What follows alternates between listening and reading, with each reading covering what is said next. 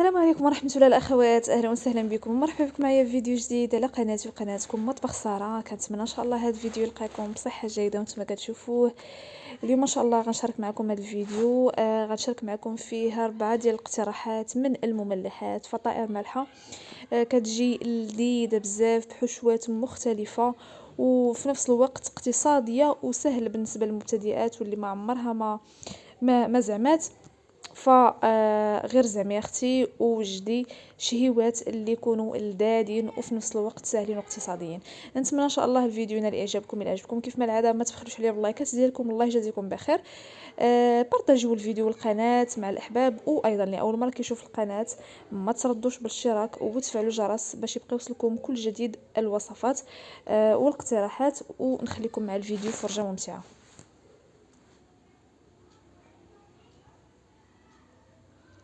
ونبداو على بركه الله بالاقتراح الاول. غادي نحتاجو فيه كاس واحد ديال الدقيق ديال الفينو اللي هو دقيق القمح الصلب، 3 ديال الكيسان ديال الفرص، عندي زيت نباتيه وخميره الخبز، ساشي ديال خميره الحلويات، واحد المعلقه صغيره ديال السكر سنيده وقبيصه ديال الملحه. غادي ناخذ هنايا واحد الاناء اللي غادي نعجنوا فيه. ضروري ما نغربلو الدقيق اللي هو الطحين ديال الفرص. عندي 3 ديال الكيسان ما يعادل 300 غرام مع كاس واحد ديال الفينو اللي هي 130 غرام ديال الدقيق ديال الفينو. غادي نخلطوهم هكا، بطبيعه الحال خصنا نغربلوهم، وغادي نزيدوا المكونات الاخرى كيف شفتوا معايا، الملحه والسكر سنيده، وعندي واحد راس معلقه صغيره ديال الخميره ديال الخبز، نص معلقه صغيره ديال خميره الحلويات، ايضا داك السكر سنيده، وعندي زيت نباتيه. غادي نحتاجو 2 معالق كبار ديال زيت نباتيه، والماء اللي كيكون دافي هو اللي غادي نعجنوا به العجينه ديالنا. في الاول كنبسبسوها هكا بهذه الطريقه هذه، عاده من بعد كنزيدوا الماء اللي كيكون دافي، كنبقاو نزيدوا شويه بشويه وحنا كنعجنوا حتى كنحصلوا على واحد العجينه اللي كتكون لينه ورطبه وما كتلصقش في اليدين. صافي هنايا كندلكوها واحد شويه. كيف ما كنقول لكم دائما فاش كنديروا الفينو في العجينه راه ضروري خصها تدليك باش هكا كينسجم الدقيق ديال الفينو مع داك الفرص، وكنحصلوا على واحد الملمس اللي كيكون ناعم والعجينه كتكون لينه ورطبه. كندهنوا الوجه ديالها بواحد شويه ديال الزيت ونحطوها في البلاستيكه على ما ترتاح ونوجدوا الحشوه. بالنسبه للحشوه غادي نحتاجوا فيها البصله. عندي هنا واحد الحبه ديال البصله اللي كبيره، شلطها هكا رقيقه، ومن بعد كنشحرها مع شويه ديال الزيت على النار كتكون متوسطه. كنزيد هنايا الفلفله خضراء وفلفله حمراء. بالنسبه للحشوه انا غنقترح لكم هذه الحشوه هذه، وانتم كيبقى لكم الاختيار، يعني ديروا داكشي اللي بغيتوا. كتجيني هذه الحشوه هذه لذيذه واقتصاديه.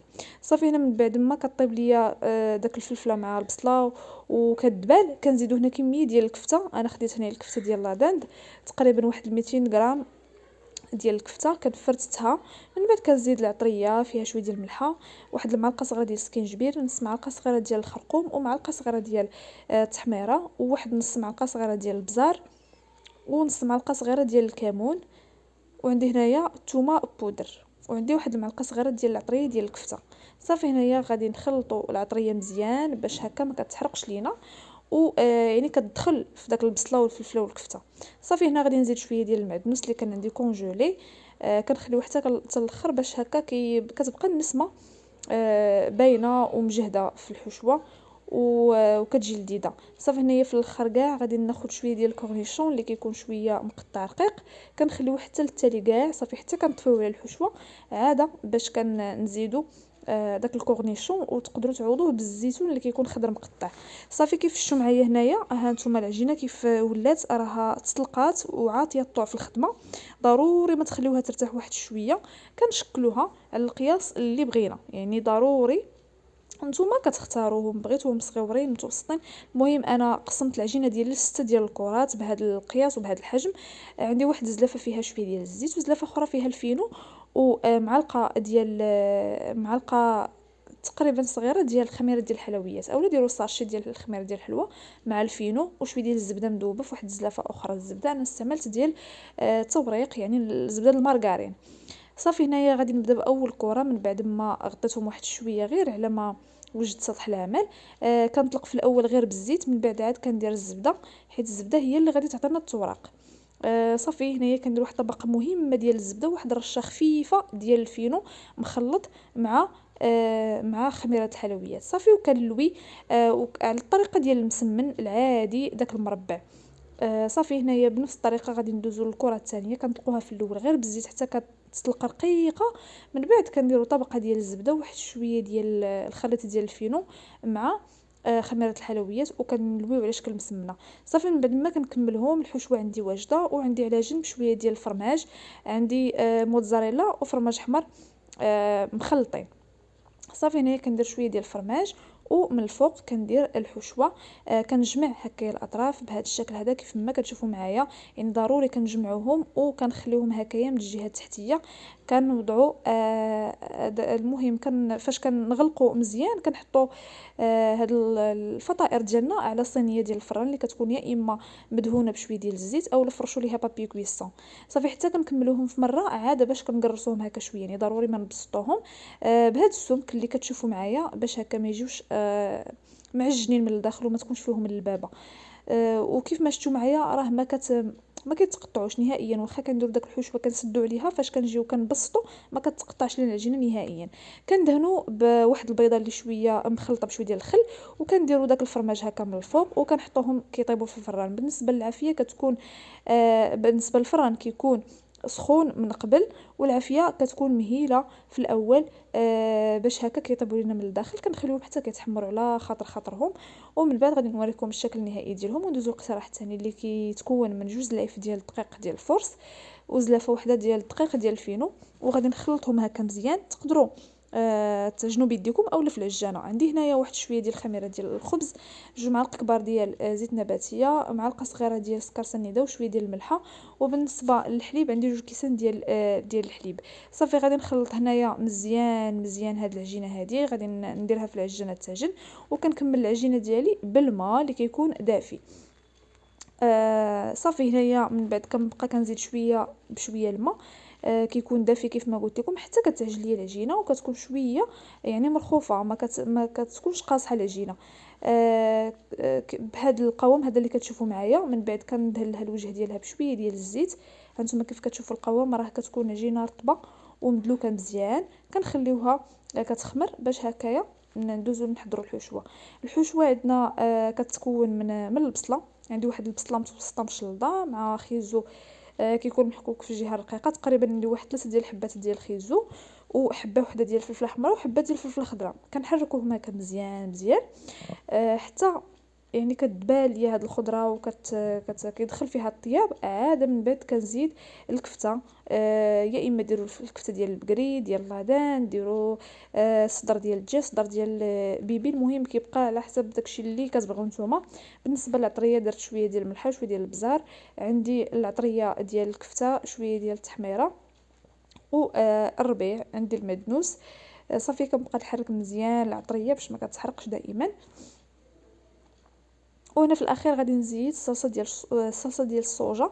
الا عندكم هذيك الثقيله غديروا غير واحد المعلقه، ما عندكمش الثقيله الا عندكم ديك الخفيفه كديروا 2 معلقات ديال الصوجا اللي كتعطي حتى هي واحد النسمه رائعه جدا لهاد الحشوه هذه.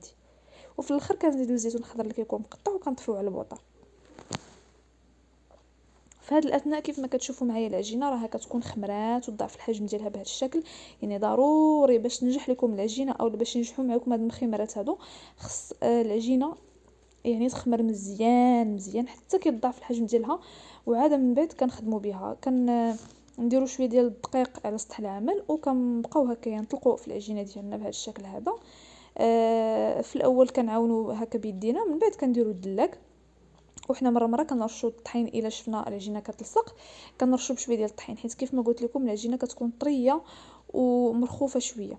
صافي من بعد كنقسم العجينه ديالي على 12 القطعه، 4 في الطول و3 في العرض، او لا العكس يعني ديروا 3 في الطول و4 في العرض. مهم انه تقسموها على 12. صافي من بعد كل مربع ولا كل قطعه كنديروا فيها شويه ديال الحشو. من الفوق كندير الفرماج اللي كيكون حمر محكوك، اولا ديروا فرماج ساندويتش، اولا ديروا غير ديك الحشوه هكا راها كتجي لذيذه، غير الا بغيتو تزيدوا تبننوها وتعطيوها للدكتور وصافي. هنايا كنغلقوا الاطراف، يعني كنشدو مزيان داك الجناب هكا مع بعضياتهم، وكنتكو مزيان وكنبركو باش هكا ما كتحلش لنا الحشوه حتى كنكملوهم كلهم. عاد من بعد كنزيدو كنبسطوهم اولا كنقرصوهم. هنايا العافيه كتكون متوسطه. المقله ضروري نخليوها حتى تسخن مزيان مزيان المقله عاد باش نطيبوهم. كنبسطوهم يعني شويه ضروري باش هكا ما كتكونش فيهم العجينه من الداخل وما ما كيجيوش عامرين باللبابه وبالعجينه. وراهم كيجيو يعني ضروري تخليهم واحد شويه غلاضين. كنطيبوهم من الجهات بجوج حتى كيتحمروا لينا بجوج وراهم كيكونوا واجدين. وندوزو للاقتراح الثالث. هنايا في المكونات كيف ما شفتوا معايا خديت كاس واحد ديال الحليب اللي كيكون دافي وكاس واحد ديال الماء اللي كيكون دافي. وغادي نحتاجو هنايا الدقيق ديال القمح الصلب، عندي 2 كيسان ونص. اللي هو الفينو، الدقيق ديال الفينو. غادي نحتاجو هنايا واحد المعلقه كبيره عامره مزيان ديال خميره الخبز، وواحد المعلقه كبيره ديال سكر سنيده اولا سكر حبيبات. وغادي نخلط مزيان السوائل مع الفينو والخميره وسنيده. يعني هنايا هاد الخطوه هذه ضروريه وكتسهل عليكم بزاف بزاف العمليه ديال الدليك. يعني كتغنيكم باش انكم ما تدلكوش العجينه ديالكم وما ديروش فيها واحد المجهود كبير. طحنوا بالميكسور، يا اما الا عندكم هذا البغا ميكسور غادي تطحنوا به، ولا الا ما عندكمش غادي تاخذوا الكاس ديال الخلاط وغادي تطحنوا فيه داك الفينو مع الماء والحليب. صافي من بعد ما كيتطحن لينا داك الخليط مزيان كنزيدوا الدقيق الابيض اللي هو الفورس يكون من نوعيه جيده كنغربلوه بطبيعه الحال. وغادي نزيد واحد 2 معلقات كبار ديال زيت نباتيه. والملحه ما كنديروهاش من الاول مع الخميره باش هكا ما كتعطلش لينا الاختمار. يعني فاش كديروا الملحه من الاول مع سنيده ما كتخمرش لكم العجينه دغيا. صافي هنايا العجينه ديالي كان باقي مازال خاصها الطحين، فغادي نزيد وانايا كنغربل وكندخل داك الكميه ديال الطحين هكا في العجينه ديالي حتى كنحصل على واحد القوام، واحد العجينه اللي كتكون رطبه و طريه، ما كتكونش عجينه قاصحه. ضروري من هذه الخطوه هذه. وكيف ما قلت لكم العجينه خاصها تسلك حيت فيها الفينو. ضروري خصنا نعطيوها واحد شويه ديال الدلك ماشي بزاف حيت ديجا طحنا داك الفينو مع السوائل. الخطوه هذه راها كتسهل عليكم العمليه بزاف بزاف. كيف ما شفتوا معايا داك البويقات اللي بانوا في العجينه راها العجينه باينه بحال الا زعما مخدومه مزيان. وهذا الشيء هذا راجع داك الطحنه اللي درنا في الاول ديال الفينو مع السوائل. صافي هنايا غادي نخليو العجينه تخمر حتى كيضاعف الحجم ديالها بهذا الشكل هذا كيف ما شفتوا معايا. كتخمر مزيان مزيان. من بعد كنفرغوا من هذاك الهواء وكنعاودوا نشكلوا فيها. والعجينه راها كتكون مدلوكه ورطبه بزاف وعاطيكم الطوا في الخدمه وما كتلصقش نهائيا. صافي ندوزو نشكلوها هنايا هكايا الكويرات او الكريصات اللي كيكونوا شويه صغارين. كنفندوهم في الدقيق ديال الفينو. المهم كيف ما شفتوا معايا راه في الاول ما استعملنا لا فينو ولا زيت ولا حتى حاجه حيت العجينه ما كتكونش كتلصق. صافي هنايا كنقرصوهم بهذا الشكل هذا. وكيف ما شفتوا معايا راه ما عبرتهم ما والو، يعني غير عيني ميزاني. صافي هنايا كيف ما شفتوا معايا راه تقريبا عطاتني 15 الكره، 15 ولا 14. مهم هو القياس كله قدامكم. صافي هنايا بالنسبه لهاد البطيبيطات هادو غادي نطيبوهم غير في الاله ديال البانيني. يعني ما غنحتاجوش نطيبوهم في المقله اولا في شي اله واحده اخرى. غادي نطيبوهم هنا في البانيني وكيجيو ولا اروع. مهم كيف ما شفتوا معايا كنحط انا 4 ب4، كنطيب 4 ب4 وكنبقى نقلب فيهم. اون فوا كنحط القريصه اولا البطيبيطات هادو كنسد عليهم هكا البانيني. وبالنسبه للبانيني هنايا انا درتها في الاول كتسخن والعافيه اولا الحراره راه كتكون متوسطه. صافي كنبقى نقلب من هنا لهنا من هنا لهنا. وكيف ما شفتوا معايا راه كتاخذ لنا حتى داك الشكل ديال البانيني. كيجي مطبوع في الطيبيطات راهم كيجيو فنين وكيحمقوا ولذاذين كيجيو بزاف بزاف وخفافين من الداخل. من بعد ما طيبتهم هكا الشكل ديالهم غادي ندوزو دابا للحشوه. غادي نعمروهم بشويه ديال الخس هكا مقطع، شويه ديال المايس خيزو محكوك، والطون والزيتون خضر مقطع. صافي غادي ندير شويه ديال الخل هكا من الفوق وغادي نحرك مزيان مزيان. بالنسبه للحشوه راه كتبقى اختياريه، نتوما تقدروا ديروا داكشي اللي بغيتو غير وكان هاد الحشوه مع البطبوط راه كتجي لذيذه ورائعه بزاف. صافي زدت شويه ديال الملحه والمايونيز كنخلط مزيان الحشوه ديالي وصافي كتكون واجده عندي. غادي ندوز دابا باش نحل معكم هاد البطيبيطات وغادي نعمروهم. هادو يصلحوا لكم في رمضان صراحه، كيجيو لذاذين بزاف بزاف. هنايا من بعد ما كنحلوهم هكا واحد شويه صافي، ومن بعد كنزيد كنبقى هكا نعمر فيهم بهذا الشكل هذا. المهم راه الحشوه اقتصاديه واختياريه ولذيذه. مهم تقدروا نتوما ديروا اللي بغيتو، تعمروهم بداكشي اللي بغيتو، الاساس هو داك البطبوط راه كيجي ناجح مليون في المية. هنا ندوزو للاقتراح الاخير اللي غادي نحتاجو ليه 3 ديال الكيسان ديال الدقيق ديال الفورس، معلقه صغيره ديال سكر سنيده. غادي نحرك مزيان مزيان وغادي نزيد هنايا زيت المائده اولا زيت نباتيه. غادي نحتاجو لجوج معلقات كبار ديال الزيت والماء اللي كيكون دافي باش نعجنوا العجينه ديالنا. كنعتذر راه الملحه اللي درت ماشي سكر سنيده. معلقه صغيره ديال الملحه، والملحه راه كيبقى على حسب الذوق. صافي كنجمع العجينه ديالي بشويه ديال الماء اللي كيكون دافي، كنبقى كنزيد شويه وانايا كندلك وكندخلو في العجينه حتى كنحصل على واحد القوام اللي كيكون شويه رطب. يعني ما كتكونش العجينه قاصحه. دائما كنقول لكم في اي نوع من المملحات من الفطائر العجينه تكون مخدومه مزيان مدلوكه وطريه، يعني ما تكونش قاصحه. بالنسبه للحشوه غادي نحتاجو فيها البصله خيزو، يا اما دوزوه في الهشوار اولا دوزوه في الحكاكه. بالنسبه للتوابل عندي شويه ديال الملحه، البزار، الخرقوم، الكمون، سكينجبير، التحميره او العطريه ديال الدجاج اولا اي عطريه كتنسموا بها نتوما الحشوات ديالكم، ديال الدجاج، ديال الحوت، ديال الكفته. المهم عطا الله ما يدار. عندي هنا شويه ديال الكفته ديال البقري والشعريه الصينيه، واحد العلبه ديال الشامبينيون وشويه ديال الزيتون مع طون ديال مطيشه والصلصه ديال الصوجه، واكيد زيت نباتيه وزيت الزيتون. بالنسبه لهاد الاقتراح هذا غادي يكون عباره على بسيطلات بالورقه اولا بالعجينه ديال المسمن، يعني بدون ورقه البسطيله. غادي نحضروهم غير بالعجينه ديال المسمن، كيجيونا مورقين بلوغو ديال الحوت. حنا غادي نصايبوهم غير بالكفته وغادي يجي فيهم لوغو ديال الحوت بحال درناهم بالحوت. صافي هنايا كيف ما شفتوا معايا رديت الحشوه ديالي كطيب. هنا غادي ندوز لهاد الشعريه الصينيه غادي نرطبها في المطايب. صدقوني هاد البسيطلات راهم كيجيو كيحمقوا واقتصاديين بزاف بزاف. بالنسبه للحشوه ديالي هانتوما كيف ما كتشوفوا من بعد ما دخل فيها الطياب غادي ندوز ونفرت داك الكفته هكا على جنب بوحديتها، عاد من بعد نخلط كلشي. بالنسبه للكفته راكم كديروا غير شويه ماشي بزاف، تقريبا انا عندي واحد 200 غرام ديال الكفته و كنفرتها وندخلها مع البصله والفلافل. تقدروا ديروا فلافل الوان، فلفله خضراء، المهم داكشي اللي عندكم ديروه. يعني ماشي ضروري يكون عندكم بزاف ديال الاشياء باش ديروا واحد الحاجه، راه غير بشي حوايج بساطين نقدروا نخرجوا منهم شي حاجه زوينه ولذيذه واقتصاديه في نفس الوقت. من بعد كنزيد داك البواطه ديال الشامبينيون، كنكون انا غاسلاه من قبل وخليته كيستقطر، وكنزيد كنقطعو قطعات هكا اللي صغارين. وكنزيد هنا الثومه بودره، تقدروا تعوضوها بالفص بواحد الفص ولا جوج ديال الثومه. شويه ديال الهريسه، كيجيو هاد البساطات هادو فيهم داك لو غو ديال الحار كيجيو زوينين. كنزيد هنايا داك البواطه ديال الطون ديال مطيشه، يعني ضروري يكون ديال مطيشه، واحد العصره خفيفه ديال الحامض والصوجه. كيف ما قلت لكم الطريقه ديال البسيطلات ديال الحوت بلا حوت وبطريقه اقتصاديه ومختصره. هنايا داك الشعريه الصينيه من بعد ما ترطبات في داك المطايب كنستقطرها من الماء وكنقطعها وكنزيدها حتى هي على الحشوه مع الزيتون خضر. كنحرك واحد التحريكه غير خفيفه صافي وكنطفي على الحشوه ديالي نخليها تبرد وندوزو نخدموا دابا العجينه ديالنا اللي كتكون ارتاحت وعطات نطع في الخدمه. كيف ما كتشوفوا معايا كتكون مطلوقه وخدموا بها كيف ما بغيتوا، ما كتقطع ما حتى حاجه. صافي هنا في الاول كنقسمها على جوج كيف ما شفتوا معايا، وغادي نزيد نخليها واحد ل5 دقائق غير على ما ترتاح واحد شويه باش تسلق معايا بكل سهوله.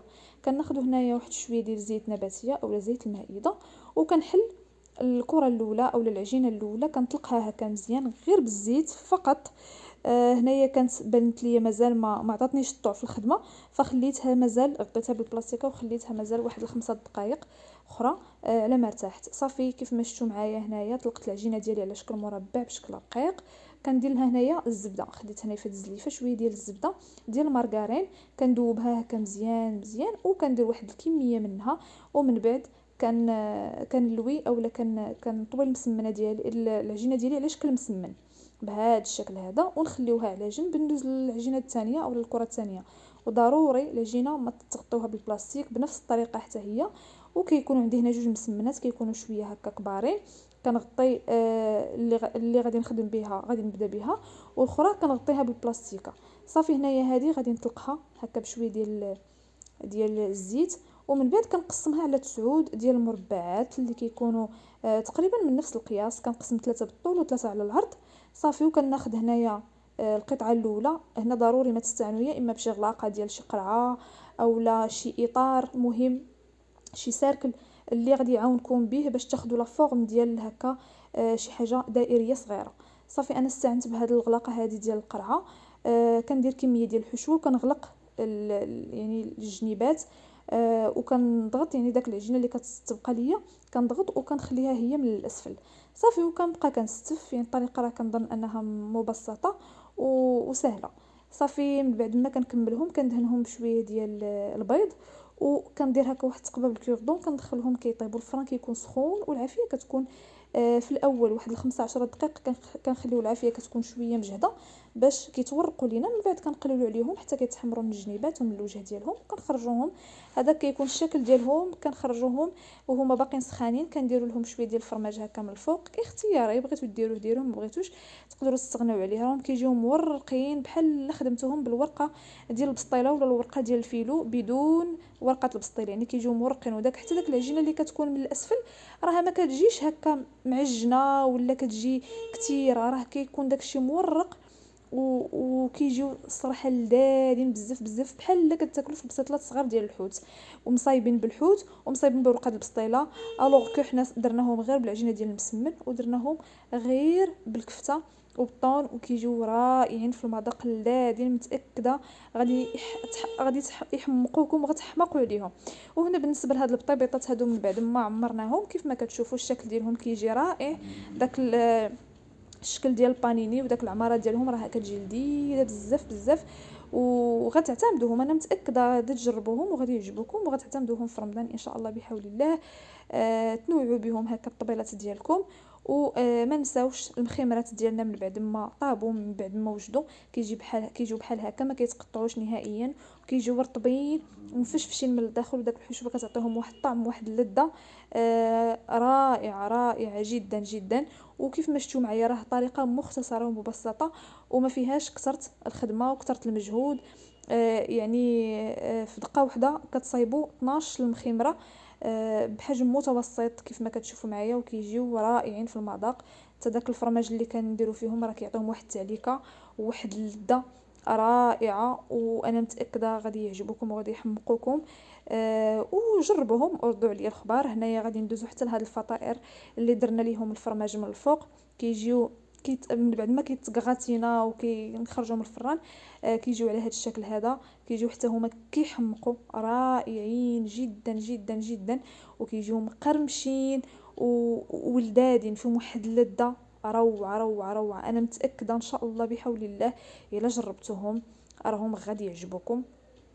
وشوفوا معايا التعليكه ديال الفرماج والتوراق. نتمنى ان شاء الله تجربوهم ونتلاقاو في فيديو جديد. بسلام عليكم.